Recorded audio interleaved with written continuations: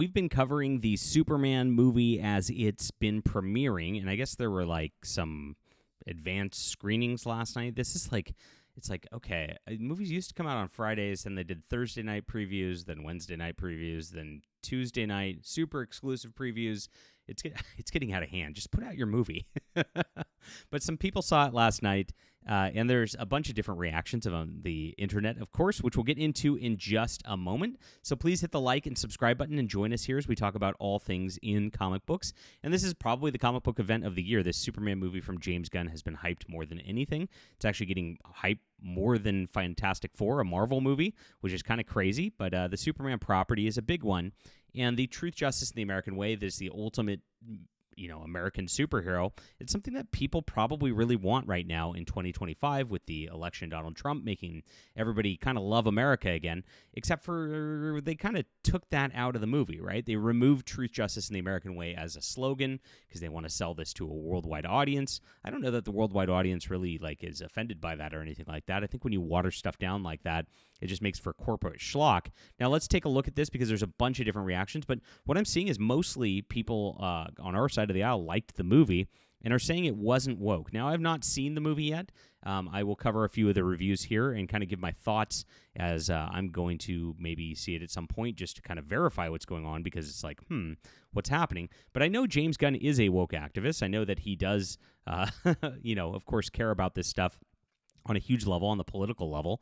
It is weird that, of course, they threw in this team dynamic where they put in Mr. Terrific, a black character kind of saving Superman, and Hawkgirl, a Hispanic lesbian character saving Superman to try to do something with this. But hey, this is they seem to shove too much into it, and that's been some of the criticism with the writing on this at some point. But what is the movie about, and did it actually go into the stuff that the media said it would? That's what we'll talk about today. I'm a comic book writer myself, so if you like good, fun comics, if you like a great storyline, this is my Flying Sparks. A Hugo-nominated magazine editor actually said this is the best superhero comic of the last decade. And I wrote a 15-issue story. It was planned beginning, middle, and end, and it built up. It built up from issue 1. And I'm doing commentary tracks on my Substack, actually showing where I was layering stuff in as a writer, doing interesting stuff. I put that in my little exclusives. And of course, once the second issue, the next video of that commentary track will go up the next day. So that's what we're doing on here. We're building a comic readership deal that's all about good storytelling, about great characters. And if you like Truth, Justice, and the American Way, if you like aspirational superheroes, if you want to bring comics back, this is a great spot to be. So sign up for my Substack in the description below. We got a bunch of new Substack subscribers yesterday. Thank you. It is free to read on the main stuff, but I also am posting including exclusive comics that are not out anywhere else other than my Subscribestar, which is basically the same thing. It's exclusive content over there too. You're not missing anything if you are signed up there. And so if you like Substack, if you like Subscribestar, sign up here, guys. Support what we're doing because we're building the future of comics right here. You're in the right spot. Got a great community. Got a good Discord community as well if you want to hang out and talk comics. Thanks for being here, my friends. All right, so let's get into this. Nerdrotic said Superman was not woke and a total disappointment. I like this here. The Hal Jordan. What about Hal Jordan? This is pretty funny because it was Guy Gardner, right? Which they put in as Nathan Fillion, kind of looking like this here, which was ridiculous. Very funny comment right here. Is it the gayest Superman ever? Probably not. Wasn't woke, but still bad. How are the woke people going to say the problem they had with it is woke now? Oh, bummer, I wanted to take my son. How often can you tell the same story? We get it. He's a man with superpowers who comes to us from outer space. He has a human love interest and an arch nemesis. Did I mention he has superpowers? That's about it. And so you are as clear as mud, somebody says. So you go to Rotten Tomatoes, Superman 2025. And it's interesting. It looks like this is like a weird thing, a 96% score here. All audience has 89%. So either way, it's pretty freaking big with 2,500 plus ratings. The critics have it at 85% here, which is all critics. They don't have a top critic here trying to skew this kind of thing like they do for a lot of the Disney Plus shows at this point. So you go in there and you see this. Gunn and his cast understands characters' appeal. If only Lex Luthor's in the boardroom were content to let their hero hold center stage. Feels like an era-defining moment for the genre and industry. Like you're seeing Hollywood's future being born, and that future is colorful, corny, achingly sincere. This is a positive review right here. and a great dog movie. Superman may also be a noble start to the series at DC Studios. It's also a rocky one, this says. Weak script. Gunn-isms drag down the fun to middling levels. Lackluster. Much of Gunn's film feels like a sequel. We needed something before this to complete the whole picture. And yeah, they introduced a ton of characters in this sort of thing. But if you look at it, Yellow Flash actually said his Superman was great. Nothing woke. The immigrant thing is BS. That's what they were talking about in the deal. It's a fun comic book movie and unapologetically so. Now, the word immigrant does not appear in the movie from my understanding. And so that interview, they were talking about him being an immigrant and the like. It is his political deal. That doesn't mean it's not there. I don't know. I'm going to have to see it myself and see this because I think a lot of people don't read into the subtext when they just watch a movie. They just kind of watch a movie. I don't know what I'm not saying that about Yellow Flash one way or another. Him liking it makes me, at least want to see it because that's pretty interesting on that level. Kalda, he's another YouTuber here, says, despite some weak storytelling and side characters who are just there to be there, that's going to be the woke moments probably. Like I said, lesbian hot girl and black Mr. Terrific. Superman still manages somehow to be hopeful, entertaining, and most importantly fun. Everything we need right now, even that damn dog. Chris Gore said something about it. Great cast. David Corenswet is a fantastic Superman. Authentic, unapologetically comic book inspired, like a live-action cartoon. Unfortunately, James Gunn's Superman feels like a recap of a video of Season 1 of the Superman TV show on Max. This is Gen Z's Superman for the TikTok generation. A hyper-fast pace is both a strength and a weakness. Everything about this Superman is the polar opposite of Zack Snyder's darker, far more serious and epic vision. This is a terrible, lore-breaking story with elements involving Superman's Kryptonian heritage that was truly awful.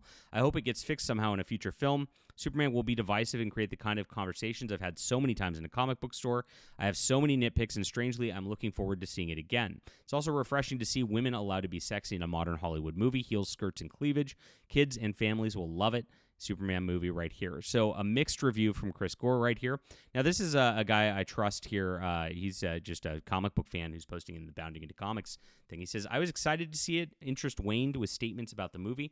Now, background as a fan, I've read almost every Superman comic, including The Days of Lois Lane turned black by Made by Superman. Yes, that happened in the comics. If you have not read that, it's pretty fun.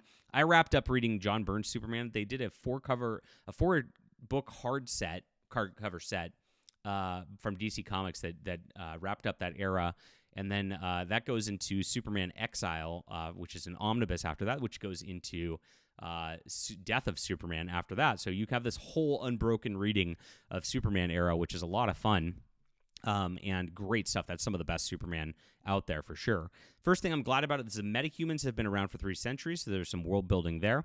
The movie drops you in after Superman had interfered with an international conflict and explores the fallout of that. This seems to be the plot of Brian Azzarello and Jim Lee's. It was Superman for Tomorrow. Do you guys remember that? This was something that he actually went when that and Superman was dealing with the thoughts on that and what he was dealing. And this is a very political statement. At the time that comic came out, that was an anti-Iraq war statement, an anti-American interventionalism statement, which I think James Gunn is also making here, kind of. I hear there's some allegories with it to the Ukraine war possibly and the like. But again, those are muddy topics, and even though those are political topics, those are ones that really don't bother me. I am anti-American interventionalism, so if that's the message, cool. Unlike a lot of Superman movies, it's not slow-paced or boring. He's one of the best Superman actors yet. Farm boy who wants to do the right thing, a little too trusting. Sounds a lot like Mark Miller's kind of vision of not Superman, Huck, if you guys have ever read that one. Have you read that comic? Let me know. I love that comic. Volume 2 just started coming out in stores in single issues. I wait for trade paperback, but I love Huck. Such a good storyline. Even though my wife finds Superman boring, like this version of Clark desperately cares about human life. The Justice Gang steal the show at various times. This is Mr. Terrific got the profile he deserves, and this is what I look at right here. Again, I think this diversity group is stealing the show. That's what I'm thinking is going to be the woke element of it that people are not mentioning, because here's the deal. Every movie has this diverse team casting now of the black guy, the lesbian girl, the weird ethnically Asian or Mexican you can't tell guy with them. That's what they add into things now to show that it's diverse and inclusive, and it's in every movie and everything. So a lot of people are going to ignore, I think, the fact that that's there, and that is woke casting and woke doing and trying to replace Superman in people's minds in a lot of ways and make them, quote, better than Superman. I'm very hesitant about that. going into seeing this movie. And I think people will ignore that because I think people have been conditioned to it. They've been super conditioned to it at this point. Lex was amazing. He monologued a little too much, which is okay. I did prefer Michael Rosenbaum, which is from Smallville, but he's the best big screen iteration. Michael Rosenbaum was awesome. The movie is very political, but in an evergreen way. No modern politics like immigrants, which makes me wonder why he said anything at all. Now, what's interesting is Sean Gunn actually went on the red carpet on this premiere and actually echoed the immigrant sentiment and made a nasty political statement about that as well. It's a little too jokey. There's quite a few moments that were less emotional due to a joke. That's what keeps this movie from being a 10. Great start to the universe. So people seem to like this movie overall. Pretty interesting. Maybe I was a little off on it. I don't know. I'm happy to admit if I was wrong. I'm going to try to see it this weekend. Not sure if I'm going to get to it, but if I do, I will give my full review, and I'll give an honest review as I always do. So thank you guys for being here. What do you think about this? Have you seen it? Are you planning to see it? Leave a comment down below. Hit the like and subscribe button, and check things out on my comics, guys. If you like my thoughts on comics in general, you're going to love my comics. I really put a lot of depth into the writing here, a lot more than James Gunn does. I got to tell you that. You're going to love this. Thank you for coming on the Substack. It's in the description below. Sign up today. There's free versions. There's paid if you want to support our channel. There's a web store down below if you want to actually grab physical copies of my books. Really appreciate everybody who does so always, and we'll be back soon.